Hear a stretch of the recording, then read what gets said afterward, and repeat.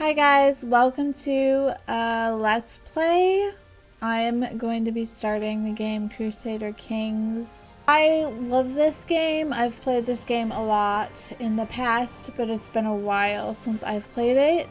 It is very complicated and it's kind of like a civilization type game, so if you know what that is, then it's a little bit like that. But it's more it starts more historically accurate. But then, it's a game, so then you change stuff and it doesn't necessarily go the same way that history went.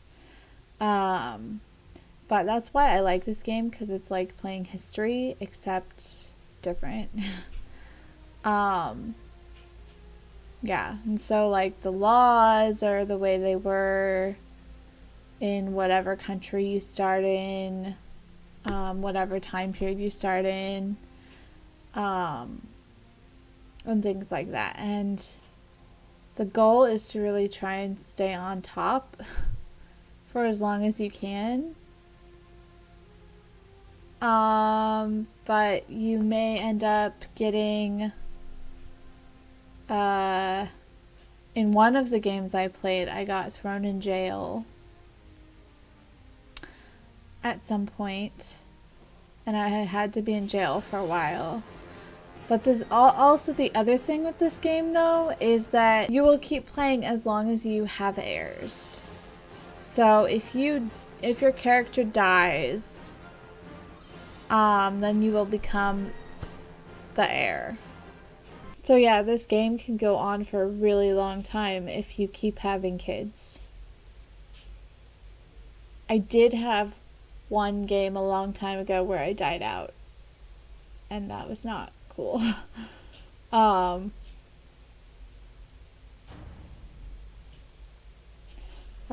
so I'm going to start a new game, and let's see if I remember how to play this. It's very complicated, all the controls. The other thing is, if you go to war, it's really hard. It's really, really hard to succeed at war. So I try to avoid war as much as I can. Wow, I can start even longer before I used to be able to. What? This is when I usually start. Maybe I should start earlier since it's a new game. Or I could start in the late Middle Ages. I don't remember the year that it goes to. I think I could go all the way until the 15 or 1600s. I'm not sure. I think it goes to 1453. Okay, Crusader Kings II spans a period of almost 700 years. Choose where in the timeline you want your game to start. So you can read about each ruler. So this is Germany. Otto was crowned king of the Germans after the death of his father, Henry I. Dang, it used to have like a scale for which is harder and which is easier, but it doesn't. See, that's Norway, Hungary. I like England personally. England is my favorite. But if you start in the year that I normally start, 1066, if you start with England, it's super hard because it's right in the middle of someone trying to take over England from Scotland. So it's really hard.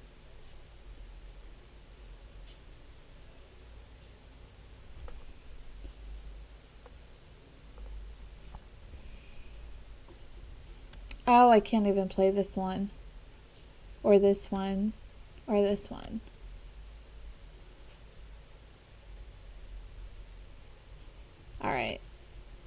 I could start England earlier and maybe that would make it easier. As the son of Edward the Elder, he gained the kingdom of Mercia after the death of his father, and Wessex after the death of his brother only weeks afterwards, waging war against the Norsemen in York. I cannot pronounce his name. It's an old Ethelstan, maybe? Ethelstan, I don't know. I can't pronounce his name. Pushed northwards and took the city in 927, becoming the first king of a truly united England.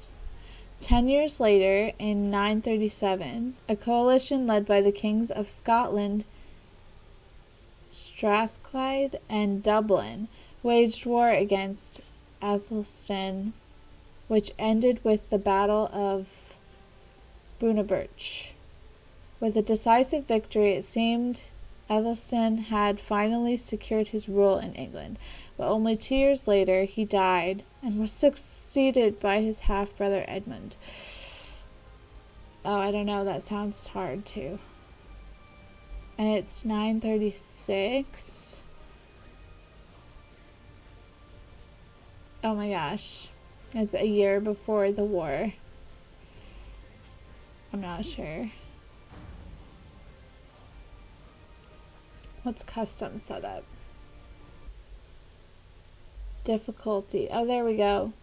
Relatively easy. Okay. Relatively easy. See if I picked this one and him. No, not him. He's the Holy Roman Emperor. I think I did. I played as him last time because I was tired of England being so difficult. But before I played as him, and oh my gosh, look at his difficulty. Relatively hard. Okay, I think I'm gonna try it. King of England. Here we go. All right. I'm deciding. That only took 10 minutes. Oh boy.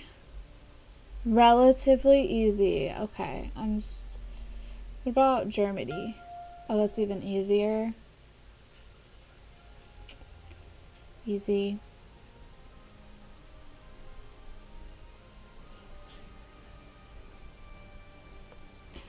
Or there's Norway.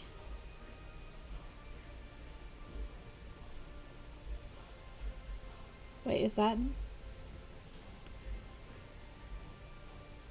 I can't tell what it is because it changes. That one's normal. Okay, so yeah, I'd rather be England. Okay, I'm gonna play.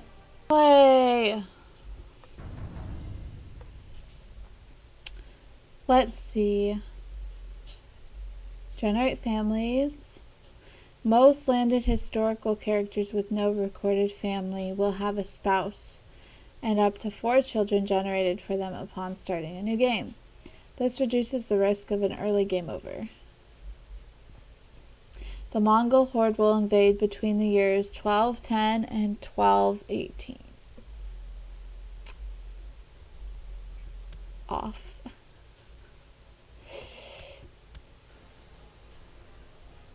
Okay, historical. Exclave independence. Independent rulers can have exclaves, disconnected land anywhere in the world. Limited.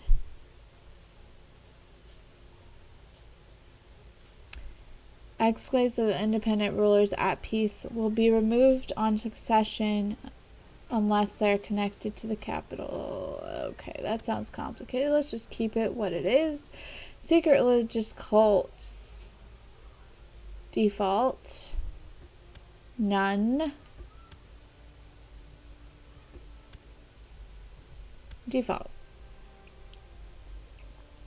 Turkic conquerors. Historical. The Great Central Asian Turkic conquerors can't pronounce names, will tend to rise in their historical time frames, which is win. Off. No, historical. Shattered retreat. Armies will try to retreat into friendly or otherwise safe territory. Retreating armies cannot be engaged by enemy forces. Movement speed and morale regain rate is increased for retreating. Okay, that sounds good. Oh wait, there's more. Damn it.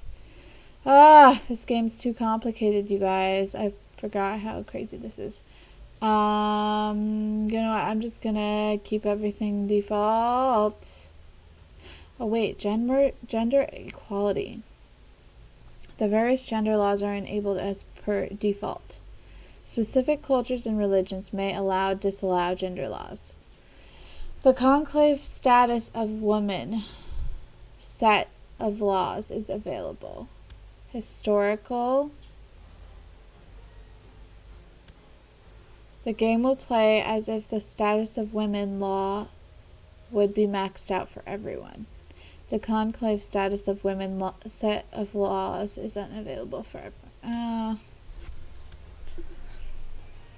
Historical, even though it sucks. Because then if you have a daughter, then it makes things complicated. But you can always change the law. But sometimes it takes a lot of work to change the law.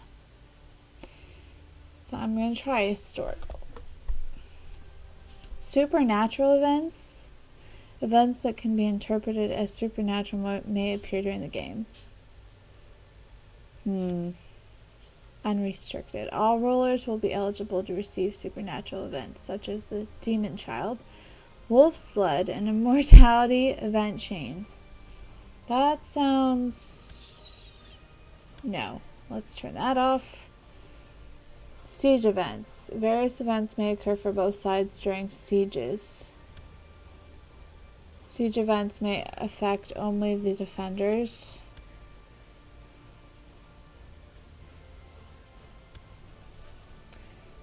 Characters are allowed to join defensive pacts against realms who are threatening. I'll just keep that on. Absurd events may appear during the game. No absurd. All rulers will be eligible to receive absurd events. I don't know what that means. I'll keep it on. Raiding. Historical. Character can raid if the government, culture, and or religion of the character allows it. Unrestricted. All characters can raid regardless of government, culture, and or religion. No character is allowed to raid. No. Interfaith marriages restricted. Rulers of unrelated religions will never agree to marriage offers. Even rulers of hostile and unrelated religions will consider marriage offers.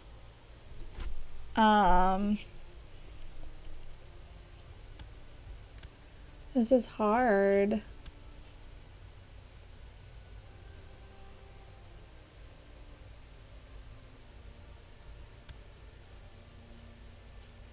But can they convert? I don't know. Okay, I'll keep it more historically accurate.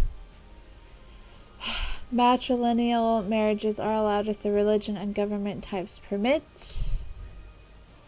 Warning, as a female ruler, it might be very hard to avoid game over and produce an heir of your own dynasty. Story events on.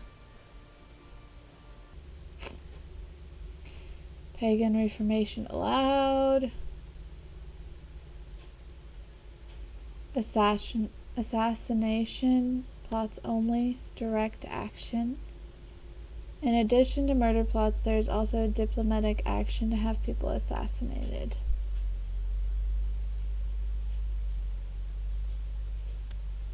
Sure.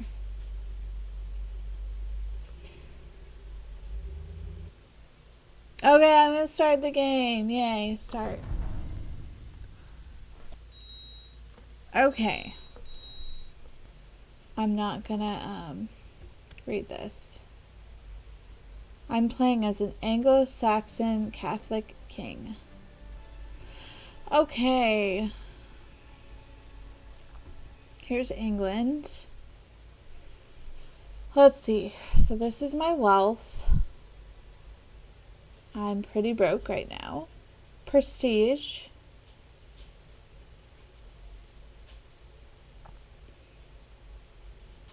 Prestige is a measure of your success and can be spent to carry out special actions. The prestige of each successive ruler you play is summed up and used to calculate your final score. So you want lots of prestige. Piety is like your religious. Piety is respected by the clergy and especially the head of your church. It can be spent to petition the head of your church. Like prestige, it is added to your score on the death of a ruler. Domain size. Your domain consists of all your personal landed holdings, castles, cities, and temples. If your domain is unacceptably big, you will start to take taxation penalties, and your vassals will grow resentful. And that's the vassal limit. And this is the realm size, the total number of holdings. And that's your score, which I have 0 so far. Domain. I have Westminster, Winchester, Reading, and York. And we have the Stonehenge. Okay. Alright, now let's look at me.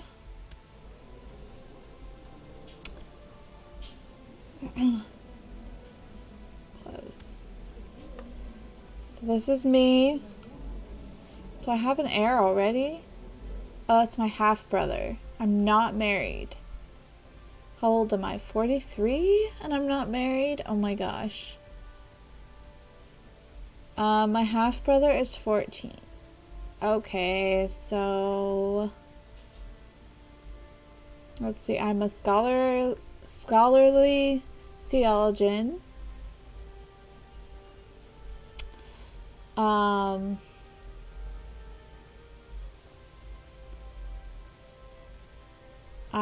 scholarly and bookish. I'm ambitious, chaste. Oh man, seriously? I need kids. Okay. Chastity or chastity is the first of the 7 virtues. Chaste characters are admired for their virtue and are unlikely to have extramarital affairs. Diligent and proud. And then I have the Kingdom of England, Duchy of Wessex, Duchy of Northumbria,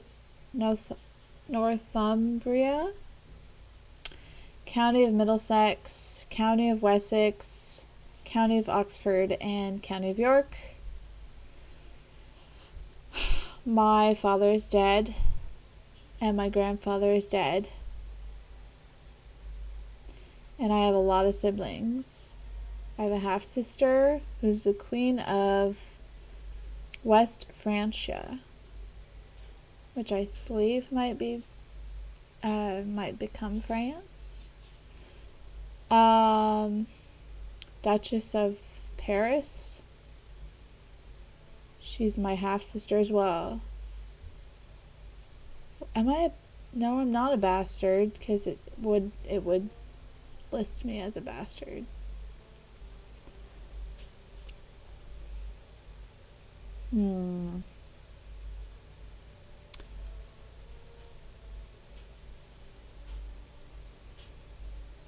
Catholic. House of Wessex.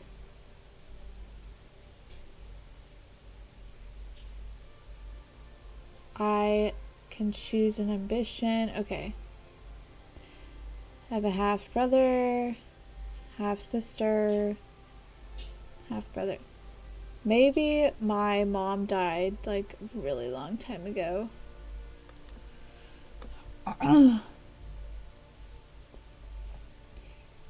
They're all half siblings. Okay. My youngest half sibling is 13. Alright, what's it telling me to do?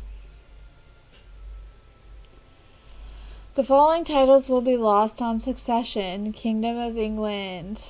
I need to fix that. I thought this was relatively easy. Line of succession. He's only heir to the Duchy of Wessex. Oh no. So who's my heir to England?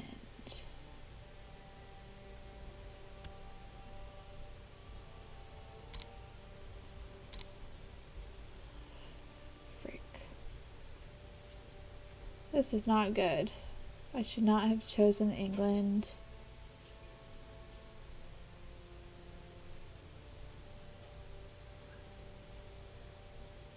Oh, he's heir? Why is he heir? Probably because I don't have any kids. Maybe. Oh wait, let me look at laws.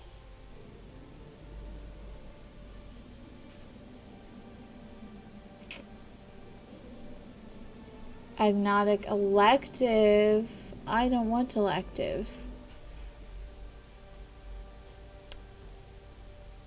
Let's see. The titles of the ruler are divided among his children, with the oldest getting the primary title. If the ruler has no children who can inherit, the law defaults to... Okay. This is agnostic elective. So that means...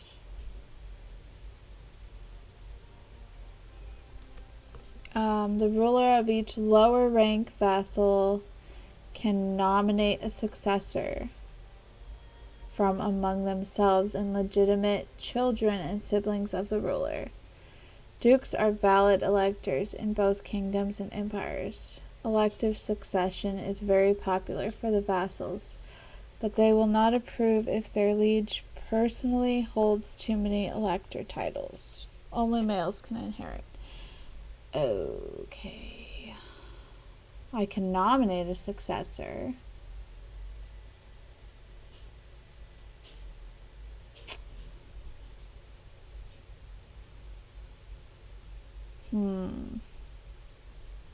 How do I change it? Seniority. The eldest member of the dynasty inherits all titles. Your oldest child will be greatly disapprove of this law. I don't want that law. The oldest child of the ruler inherits all titles. Your successor will like the law, but other members of the dynasty will slightly disapprove. This succession law is the opposite of the far more common I can't pronounce. The youngest child inherits. No. This one sounds like the best. How do I change it?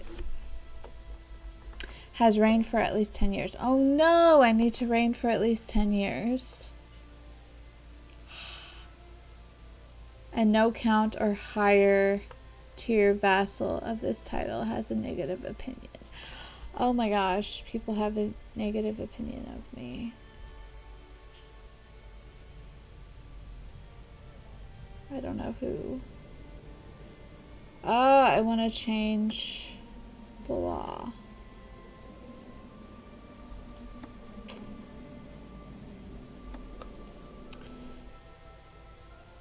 He has 2 votes. This is my heir, right?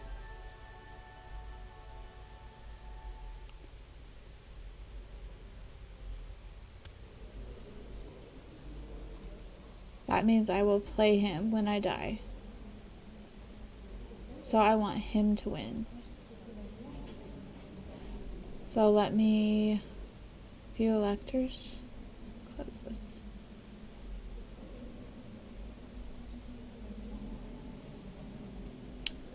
Three opposing. Ugh.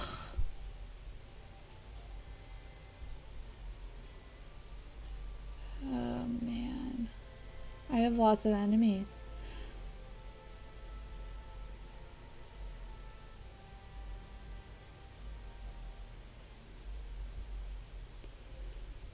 Oh, I don't know how to change that. I've never had an election law before. Okay.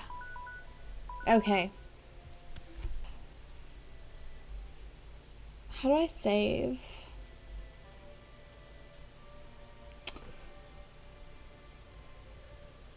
Wait. Save game. Alright, everyone, with that, I'm wrapping up the first one.